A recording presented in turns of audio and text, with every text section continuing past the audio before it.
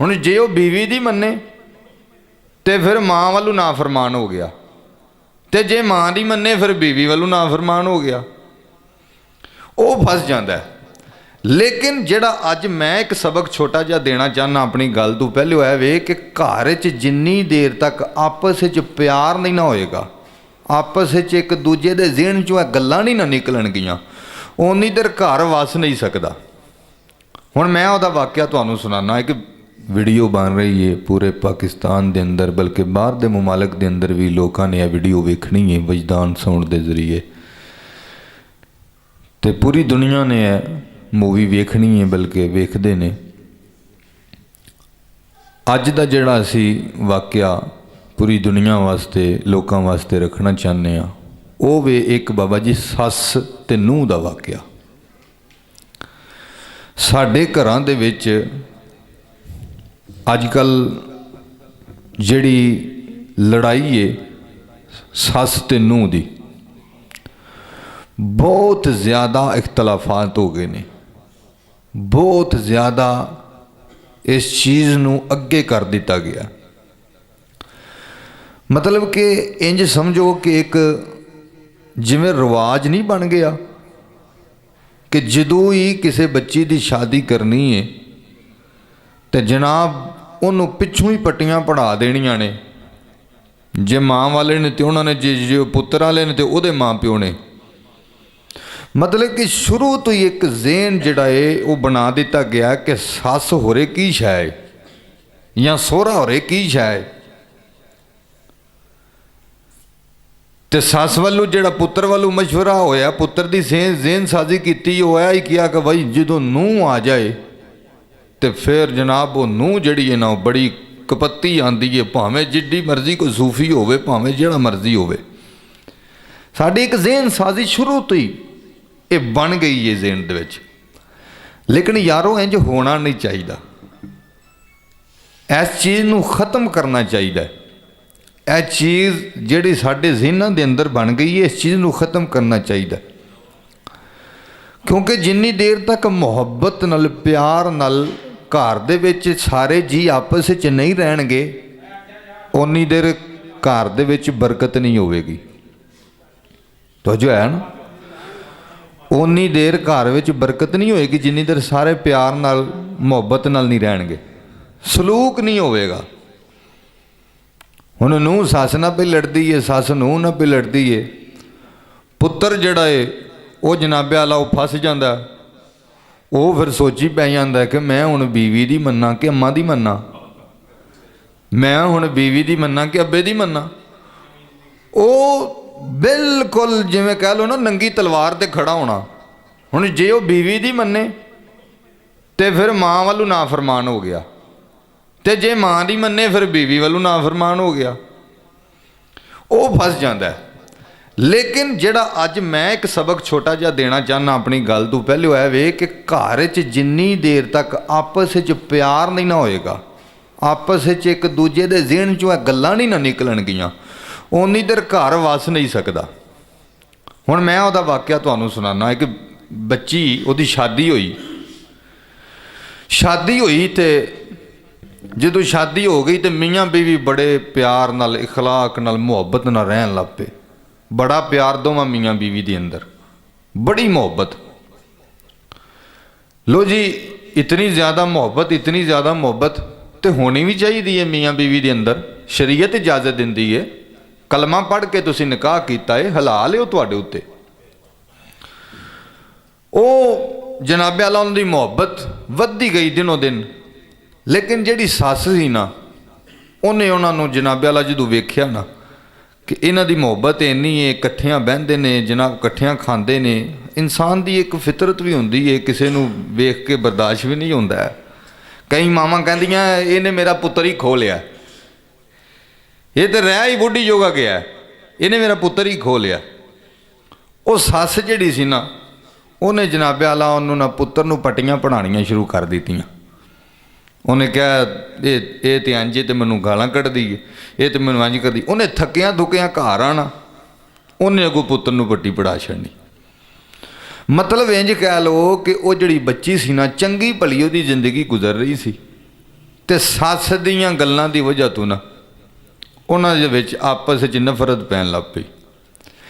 ਇੰਜ ਕਹਿ ਲਓ ਕਿ ਉਹਦੇ ਦਿਲ ਵਿੱਚ ਨਾ ਹੁਣ ਸੱਸ ਬਾਰੇ ਨਫ਼ਰਤ ਹੋ ਗਈ ਕਿ ਅਸੀਂ ਮੀਆਂ ਬੀਵੀ ਚੰਗੀ ਜ਼ਿੰਦਗੀ ਗੁਜ਼ਾਰਨੇ ਆ ਤੇ ਇਸ ਬੀਬੀ ਨੇ ਸਾਡੀ ਜ਼ਿੰਦਗੀ ਅਜੀਰਨ ਕਰ ਦਿੱਤੀ ਹੈ।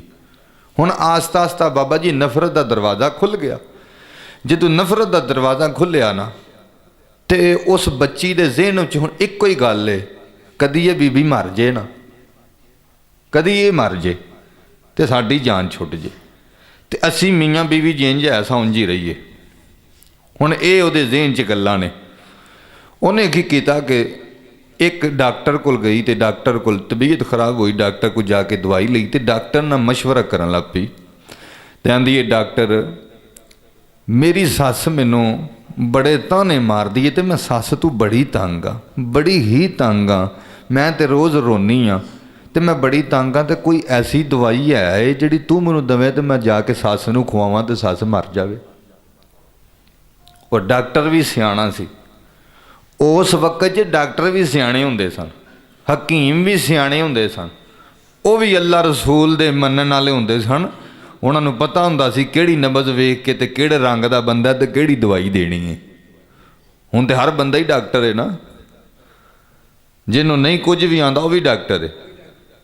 ਮੈਂ ਐਸੇ ਬੰਦੇ ਨੂੰ ਵੀ ਜਾਣਨਾ, ਉਹਨੇ ਜਨਾਬੇ ਵਾਲਾ ਗਲਤ ਟੀਕਾ ਲਾ ਖੜਿਆ, ਉਹ ਬਾਬਾ ਜੀ ਉਹਦੀਆਂ ਦੋਵੇਂ ਲੱਤਾਂ ਕੰਮ ਕਰਨੀਆਂ ਛੱਡ ਗਈਆਂ, ਉਹ ਵਿਚਾਰਾ ਅਜੇ ਤੱਕ ਸਹੀ ਟੁਰ ਨਹੀਂ ਸਕਿਆ।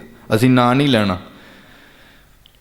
ਕਿਸੇ ਦੀ ਦਿਲ ਆਜ਼ਾਰੀ ਨਹੀਂ ਕਰਨਾ ਚਾਹੁੰਦੇ, ਲੇਕਿਨ ਕਮ ਅਜ਼ ਕਮ ਯਾਰ ਜਿਸ ਚੀਜ਼ 'ਚ ਤੁਸੀਂ ਮਾਹਰ ਹੋ ਤਾਂ ਤੁਹਾਨੂੰ ਉਹਦਾ ਤਜਰਬਾ ਹੋਣਾ ਚਾਹੀਦਾ, ਜਿਹੜੀ ਵੀ ਚੀਜ਼ ਦਾ। ਉਹਨੇ ਡਾਕਟਰ ਨਾਲ ਮਸ਼ਵਰਾ ਕੀਤਾ, ਹਕੀਮ ਨਾਲ ਮਸ਼ਵਰਾ ਕੀਤਾ। ਹਕੀਮ ਵੀ ਦਾਨਸ਼ਵਰ ਦਣਾ ਬੰਦਾ ਸੀ, ਪਰਿਆ ਪੰਚਾਇਤ 'ਚ ਬਹਿਣਾ ਸੀ, ਅੱਲਾ ਰਸੂਲ ਦਾ ਡਰ ਰੱਖਣ ਵਾਲਾ ਸੀ। ਉਹਨੇ ਕਿਹਾ ਮੈਨੂੰ ਕੋਈ ਐਸੀ ਦਵਾਈ ਦੇ ਦੇ ਮੈਂ ਆਪਣੀ ਸੱਸ ਨੂੰ ਖਵਾ ਦਾਂ ਤੇ ਸੱਸ ਮਰ ਜੇ, ਮੈਂ ਬੜੀ ਤੰਗ ਆ ਗਈ ਹਾਂ। ਹਕੀਮ ਨੇ ਕਿਹਾ ਅੱਛਾ। ਹਕੀਮ ਨੇ ਦਾਨਸ਼ਮੰਦੀ ਵੇਖੋ। ਹਕੀਮ ਕਹਿਣ ਲੱਗਾ ਜੇ ਮੈਂ ਤੈਨੂੰ ਅੱਜ ਹੀ ਪੁੜੀ ਬਣਾ ਕੇ ਦੇ ਦਿੱਤੀ ਨਾ ਤੇ ਤੂੰ ਜਾ ਕੇ ਸੱਸ ਨੂੰ ਖਵਾ ਦਿੱਤੀ ਤੇ ਲੋਕਾਂ ਨੂੰ ਪਤਾ ਹੈ ਕਿ ਸੱਸ ਨੂੰ ਉਹਦਾ ਸਲੂਕ ਨਹੀਂ ਹੈ ਤੇ ਲੋਕਾਂ ਸਾਰਿਆਂ ਸਮਝਣਾ ਕਿ ਨੂੰਹ ਨੇ ਖਵਾ ਦਿੱਤੀ ਹੈ। ਤੂੰ ਇੰਜ ਕਰ, ਮੈਂ ਤੈਨੂੰ ਦਵਾਈ ਇੰਜ ਦੀ ਦੇਣਾ ਵਾਂ ਕਿ ਤੂੰ ਉਹਨੂੰ ਰੋਜ਼ ਕਿਸੇ ਚੀਜ਼ 'ਚ ਮਿਲਾ ਕੇ ਦੇਣੀ ਹੈ, ਹੌਲੀ ਹੌਲੀ ਹੌਲੀ ਹੌਲੀ ਅਸਰ ਕਰੇਗੀ ਤੇ ਸਾਲ ਲੱਗੇਗਾ ਸੱਸ ਮਰ ਜਾਏਗੀ। ਬਾਬਾ ਜੀ ਇੱਥੋਂ ਸਬਕ ਹਾਸਲ ਕਰਨਾ ਐਂਡ ਤੇ ਗੱਲ ਬੜੀ ਤਵੱਜੋ ਵਾਲੀ ਹੈ। ਉਹਨੇ ਕਿਹਾ ਹੌਲੀ ਹੌਲੀ ਸੱਸ ਮਰ ਜਾਏਗੀ। ਉਹਨੇ ਕਿਹਾ ਹਕੀਮ ਜੀ ਇਹ ਬੜੀ ਚੰਗੀ ਗੱਲ ਹੈ। ਉਹਨੇ ਪੁੜੀਆਂ ਬਣਾ ਕੇ ਵਾਹਵਾ ਜੀਆਂ ਦਿੱਤੀਆਂ। ਉਹਨੇ ਕਿਹਾ ਲੈ ਜਾ। ਜਦੋਂ ਉੱਠਣ ਲੱਗੀ ਬੱਚੀ ਤੇ ਡਾਕਟਰ ਕਹਿਣ ਲੱਗਾ, ਹਕੀਮ ਕਹਿਣ ਲੱਗਾ ਧੀਏ ਬਹਿ ਜ਼ਰਾ, ਇੱਕ ਗੱਲ ਹੋਰ ਯਾਦ ਰੱਖ। ਉਹਨੇ ਕਿਹਾ ਜੀ ਡਾਕਟਰ ਜੀ। ਉਹਨੇ ਕਿਹਾ ਇੱਕ ਚੀਜ਼ ਹੋਰ ਕਰਨੀ ਆ। ਉਹਨੇ ਕਿਹਾ ਡਾਕਟਰ ਜੀ ਉਹ ਕਿਹੜੀ ਹੈ? ਉਹਨੇ ਕਿਹਾ ਨਾ ਰੋਜ਼ ਨਾ ਸੱਸ ਦੀਆਂ ਲੱਤਾਂ ਘੁੱਟਣੀਆਂ ਨਹੀਂ। ਆਏ ਹਾਏ, ਰੋਜ਼ ਸੱਸ ਦੀਆਂ ਲੱਤਾਂ ਘੁੱਟਣੀਆਂ ਨਹੀਂ। ਉਹਨੂੰ ਦੁੱਧ ਦੀ ਲੋੜ ਹੋਵੇ ਤੇ ਦੁੱਧ ਦੇਣਾ ਹੀ, ਰੋਟੀ ਦੀ ਲੋੜ ਹੋਵੇ ਤੇ ਰੋਟੀ ਦੇਣੀ ਆ। ਉਹ ਬੱਚੀ ਕਹਿਣ ਲੱਗੀ ਡਾਕਟਰ ਜੀ ਮੈਂ ਨਫ਼ਰਤ ਕਰਨੀ ਆ, ਮੈਂ ਉਹਨੂੰ ਮਾਰਨ ਵਾਸਤੇ ਤੁਹਾਡੇ ਕੋਲ ਆਈ ਹਾਂ ਕਿ ਦਵਾਈ ਦੇਵੋ।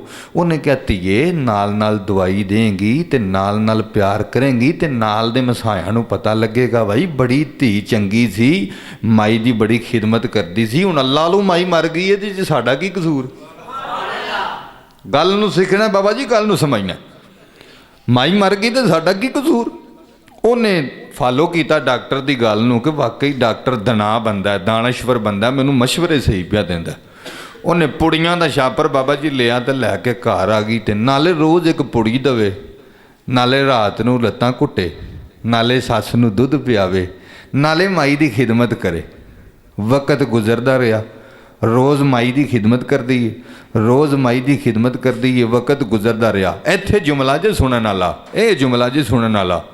ਹੁਣ ਜਦੋਂ 2 ਮਹੀਨੇ ਬਾਬਾ ਜੀ ਲੰਘੇ ਨਾ ਦਵਾਈ ਦਿੰਦਿਆਂ, ਹੁਣ ਨਾ ਜਦੋਂ ਉਹਨੇ ਦਵਾਈ ਦੇ ਕੇ ਨਾ ਨਾਲੇ ਲੱਤਾਂ ਘੁੱਟ ਕੇ ਨਾਲੇ ਦੁੱਧ ਦੇ ਕੇ ਆ ਕੇ ਆਪਣੇ ਕਮਰੇ 'ਚ ਬਹਿਣਾ ਨਾ ਤੇ ਉਹਨੇ ਨਾ ਸੋਚਣਾ ਕਿ ਮੈਂ ਮਾਈ ਮਾਰਨ ਦਈ ਹਾਂ ਤੇ ਮੈਂ ਚੰਗਾ ਨਹੀਂ ਕਰਨ ਦਈ। ਸਾਡਾ ਉਹਦੇ ਦਿਲ 'ਚ ਨਾ ਸੱਸ ਦਾ ਪਿਆਰ ਹੋਣ ਲੱਗ ਪਿਆ। ਮੁਹੱਬਤ ਹੋਣ ਲੱਗ ਪਈ, ਚਾਹਤ ਹੋਣ ਲੱਗ ਪਈ ਕਿ ਇਹ ਕੰਮ ਮੈਂ ਗਲਤ ਕਰ ਰਹੀ ਹਾਂ। ਮੈਂ ਰੋਜ਼ ਉਹਨੂੰ ਪੁੜੀ ਜਾ ਕੇ ਦੇਣੀ ਹਾਂ ਅਤੇ ਮੈਂ ਨਾਲ ਉਹਨੂੰ ਜਨਾਬ ਕੁੱਟਣੀ ਹਾਂ ਅਤੇ ਨਾਲ ਮੈਂ ਵਿੱਚੋਂ ਉਹਨੂੰ ਮਾਰਨ ਦਈ ਹਾਂ, ਅਤੇ ਮੈਂ ਚੰਗਾ ਨਹੀਂ ਕਰਨ ਦਈ। ਮਤਲਬ ਕਿ ਪਿਆਰ ਆਉਣ ਲੱਗ ਪਿਆ, ਮੁਹੱਬਤ ਆਉਣ ਲੱਗ ਪਈ, ਚਾਹਤ ਆਉਣ ਲੱਗ ਪਈ। ਹੌਲੀ ਹੌਲੀ ਹੌਲੀ ਹੌਲੀ ਹੌਲੀ ਹੌਲੀ ਬਾਬਾ ਜੀ ਜਦੋਂ 6 ਮਹੀਨੇ ਹੋਏ ਨਾ, ਅਤੇ ਉਹਨਾਂ ਦਾ ਸੱਸ ਨੂੰ ਵਾਲਾ ਖਤਮ ਹੋ ਗਿਆ ਰਿਸ਼ਤਾ, ਅਤੇ ਇੰਜ ਜਿਵੇਂ ਮਾਂ ਧੀ ਵਾਲਾ ਹੋ ਗਿਆ। ਸੱਸ ਨੂੰ ਵਾਲਾ ਖਤਮ ਹੋ ਗਿਆ ਤੇ ਮਾਂ ਧੀ ਵਾਲਾ। ਹੁਣ ਸੱਸ ਨੂੰ ਬਗੈਰ ਨਹੀਂ ਰਹਿੰਦੀ, ਨੂੰ ਸੱਸ ਬਗੈਰ ਨਹੀਂ ਰਹਿੰਦੀ, ਰਿਸ਼ਤਾ ਇੰਦਾ ਬਣ ਗਿਆ। ਹੁਣ ਨਾ ਜਨਾਬ ਆਲਾ ਦਵਾਈ ਉਂਝ ਦਿੰਦੀ ਉਹ ਰੋਜ਼ ਹੀ। ਜਦੋਂ ਉਹਨੇ ਕਮਰੇ 'ਚ ਇੱਕ ਦਿਨ ਆ ਕੇ ਬੈਠੀ ਤੇ ਉਹ ਕਹਿੰਦੀ ਨਹੀਂ ਮੈਂ ਇਹ ਮੇਰੀ ਮਾਵਾਂ ਬਜਾਏ, ਇਹਨੂੰ ਮੈਂ ਨਹੀਂ ਮਾਰ। ਦੌੜ ਕੇ ਨਾ ਜਾ ਕੇ ਡਾਕਟਰ ਨੂੰ ਕਹਿੰਦੀ ਹੈ, ਡਾਕਟਰ ਜੀ ਮੈਂ ਤੇਰੇ ਅੱਗੇ ਹੱਥ ਬੰਨ੍ਹਣੀ ਆ, ਹੁਣ ਕੋਈ ਦਵਾਈ ਐਸੀ ਦੇ, ਇਹ ਜਿੰਨੀ ਮੈਂ ਖਵਾਈ ਹੈ ਨਾ ਇਹਦਾ ਅਸਰ ਖਤਮ ਹੋ ਜਾਵੇ। ਹੁਣ ਉਹ ਮੇਰੀ ਮਾਂ ਹੀ ਮੈਨੂੰ ਮਾਰਨਾ ਨਹੀਂ ਚਾਹੁੰਦੀ। ਡਾਕਟਰ ਕਹਿਣ ਲੱਗਾ, ਧੀਏ ਅਸੀਂ ਵੀ ਦਾਨਸ਼ਵਰ ਤੇ ਦਨਾ ਅਤੇ ਤਜਰਬੇਕਾਰ ਹਾਂ, ਅਸੀਂ ਵੀ ਮਾਰਨ ਦੀ ਦਵਾਈ ਨਹੀਂ ਸੀ ਦਿੱਤੀ, ਮਾਈ ਨੂੰ ਤਾਕਤ ਦੀ ਦਵਾਈ ਦਿੱਤੀ ਸੀ। ਮਾਈ ਨੂੰ ਤਾਕਤ ਦੀ ਦਵਾਈ ਦਿੱਤੀ ਸੀ ਤਾਂ ਕਿ ਔਰ ਨਾਲ ਤੈਨੂੰ ਨਸੀਹਤ ਇਹ ਕੀਤੀ ਸੀ ਕਿ ਮਾਂ ਦੀਆਂ ਲੱਤਾਂ ਤੇ ਮਾਂ ਦੀ ਖਿਦਮਤ ਕਰਨੀਆਂ। ਪੁੱਤਰ ਤੈਨੂੰ ਸਿਰਫ ਨਸੀਹਤ ਦੀ ਲੋੜ ਸੀ, ਤੈਨੂੰ ਕਿਸੇ ਦੱਸਿਆ ਨਹੀਂ ਸੀ, ਅਸੀਂ ਤੈਨੂੰ ਵੇਖ ਕੇ ਤੇ ਤੈਨੂੰ ਨਸੀਹਤ ਦੇ ਦਿੱਤੀ। ਤੂੰ ਉਸ ਨਸੀਹਤ ਤੇ ਅਮਲ ਕੀਤਾ ਤੇ ਤੁਹਾਡੇ ਦੋਵਾਂ 'ਚ ਸੱਸ ਨੂੰ ਵਾਲਾ ਰਿਸ਼ਤਾ ਖਤਮ ਹੋ ਗਿਆ ਤੇ ਮਾਂ ਧੀ ਵਾਲਾ ਸ਼ੁਰੂ ਹੋ ਗਿਆ। ਕੀ ਸਬਕ ਮਿਲਿਆ? ਸਬਕ ਇਸ ਗੱਲ 'ਚੋਂ ਸਾਨੂੰ ਇਹ ਮਿਲਿਆ ਕਿ ਇਹ ਰਿਸ਼ਤੇ ਠੀਕ ਹੋ ਸਕਦੇ ਨੇ ਅਗਰ ਇੰਜ ਪਿਆਰ ਨਾਲ ਕੀਤੇ ਜਾਣ, ਤੇ ਇੰਜ ਮੁਹੱਬਤ ਰੱਖੀ ਜਾਏ, ਤੇ ਇੰਜ ਚਾਹਤ ਰੱਖੀ ਜਾਏ। ਤੇ ਇਨਸ਼ਾਅੱਲਾ ਅੱਲਾਹ ਕਰੀਮ ਨੇ ਚਾਹਿਆ ਤੇ ਹਰ ਜੁਮੇ ਇਨਸ਼ਾਅੱਲਾ ਮੈਂ ਹੁਣ ਪਹਿਲੇ ਆ ਕੇ ਜੁਮੇ ਤੇ ਬੈਠਾ ਕਰਾਂਗਾ ਔਰ ਇਸੇ ਤਰ੍ਹਾਂ ਕੋਈ ਨਾ ਕੋਈ ਹਰ ਜੁਮੇ ਸਬਕ ਮੋਜ਼ ਗੱਲ ਦੱਸੀ ਜਾਏਗੀ, ਤਾਂ ਕਿ ਜਿਹੜੇ ਅਸੀਂ ਇੱਥੇ ਬੈਠੇ ਹਾਂ, ਅਸੀਂ ਤੇ ਬੈਠੇ ਹਾਂ, ਜਿਹੜੀ ਦੁਨੀਆ ਸਾਨੂੰ ਪਈ ਵਹਿੰਦੀ ਹੈ ਉਹ ਵੀ ਇਹ ਵੇਖ ਕੇ ਦੁਨੀਆ ਰਾਹ ਰਾਸਤੇ ਆ ਜਾਵੇ। ਹਜ਼ਰਤ ਜੀ ਵਕਾਰ